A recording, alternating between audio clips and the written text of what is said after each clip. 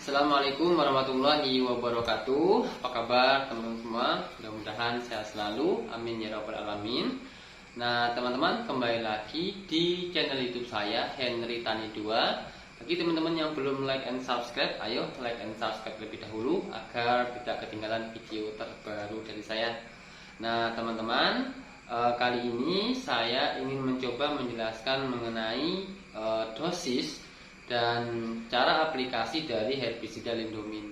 Nah teman-teman, ketika di rumah sebagai petani padi atau petani karet atau yang lainnya, tentunya tidak asing lagi dengan yang namanya herbisida Lindomin ya.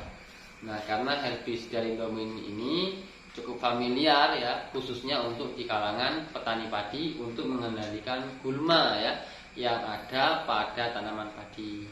Nah teman-teman, herbisida Lindomin ini dari perusahaan Nufram ya, Nufram Indonesia. Nah seperti ini kemasannya kan kawan. Nah ini ya, tutupnya kuning, bawahnya warnanya hijau. Nah ini yang beredar di daerah kami ya teman-teman, khususnya daerah Lampung.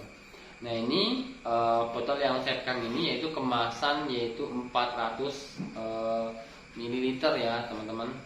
Nah Lindomin 865 SL ini memiliki bahan aktif yaitu 2,4-D dimetilamina setara dengan 2,4-D 720 gram per liter ya kawan-kawan.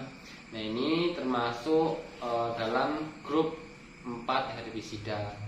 Nah coba kita baca mengenai penjelasan dari herbisida Lindomin ya yang tertera di kemasan ini ya kawan-kawan. Nah herbisida Lindomin 865 ini merupakan herbisida sistemik purna tumbuh. Nah artinya teman-teman, cara kerja dari herbisida ini Lindomin dengan bahan aktif yaitu 2,4-D dimetilamina 865 SL ini, cara kerjanya yaitu sistemik. Artinya ketika kita melakukan penyemprotan pada gulma yang ada pada tanaman padi mengenai daun gulma atau mengenai daun rumput, maka rumput yang terkena racun dari Lindomin ini akan mati sampai akar-akarnya ya kawan-kawan. Karena memang cara kerja dari herbisida ini yaitu sistemik. Nah purna tumbuh. Nah purna tumbuh ini artinya adalah rumput yang sudah tumbuh ya kawan-kawan. Karena dalam pengendalian gulma gulma yang ada di sawah itu ada istilah pratumbuh dan purna tumbuh.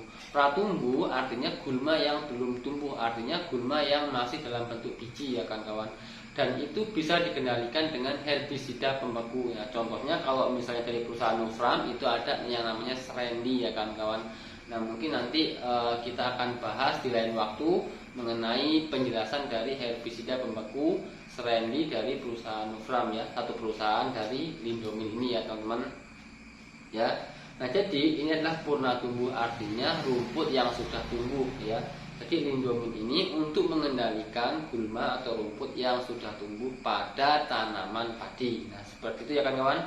Nah selanjutnya ini berbentuk larutan dalam air berwarna coklat tua untuk mengendalikan gulma berdaun lebar, gulma berdaun sempit dan teki di tanaman padi sawah, tebu, jagung, karet, tanaman menghasilkan, dan kelapa sawit tanaman belum menghasilkan.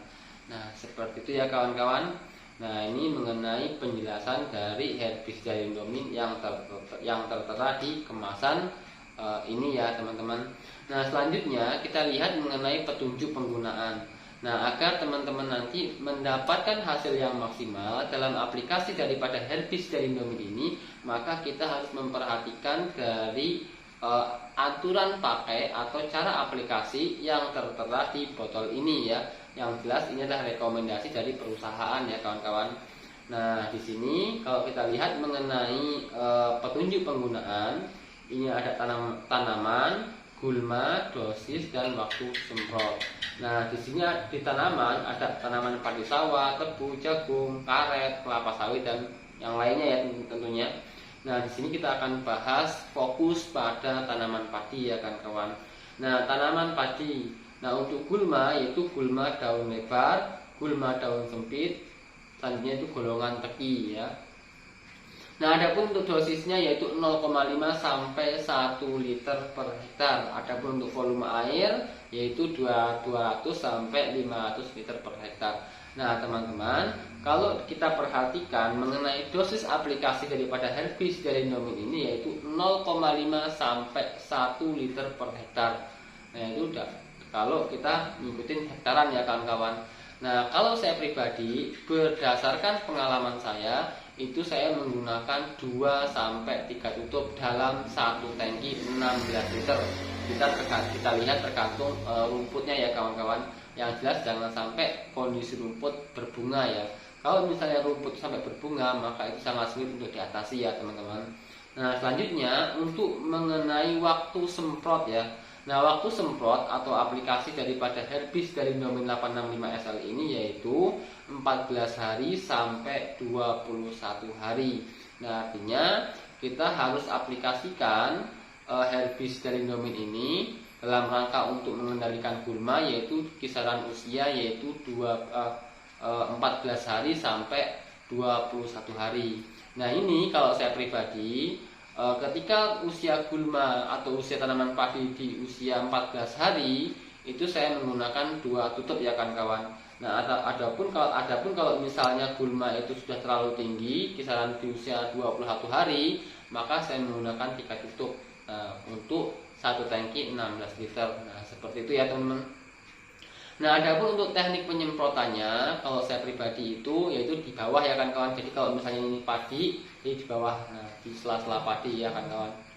Nah, seperti itu agar kita mendapatkan hasil yang maksimal. Dan setelah aplikasi penyemprotan 3 hari sampai 4 hari setelah aplikasi kita lakukan pengairan ya di sawah kita. Tujuannya apa? Agar rumput itu mati lebih maksimal. Yang selanjutnya agar padi tidak terlalu kantra ya. Yang selanjutnya agar padi tidak diserang oleh hama tikus. Nah, seperti itu ya kawan-kawan. Jadi kalau saya pribadi sangat wajib sekali ya 3 sampai 4 hari setelah aplikasi herbisida Lindomin atau herbisida yang lainnya yang penyintas herbisida Waton yaitu 3 sampai 4 hari setelah aplikasi wajib kita genangi air ya di sawah kita. Nah, adapun ketika penyemprotan kondisi air yaitu masak-masak ya teman-teman. Nah, seperti itu. Oke. Mungkin sampai sini penjelasan saya mengenai herbisida Lindomin 865 SL. Mudah-mudahan bermanfaat ya teman-teman. Lain waktu insya Allah kita akan berbagi lagi mengenai herbisida, insektisida, fungisida, bakterisida, rodentisida dan yang lain-lain. Oke kawan-kawan, jangan lupa like and subscribe, dukung terus channel YouTube saya Henry Tani 2. Mudah-mudahan bermanfaat. Mohon maaf jika ada salahnya. Assalamualaikum warahmatullahi wabarakatuh.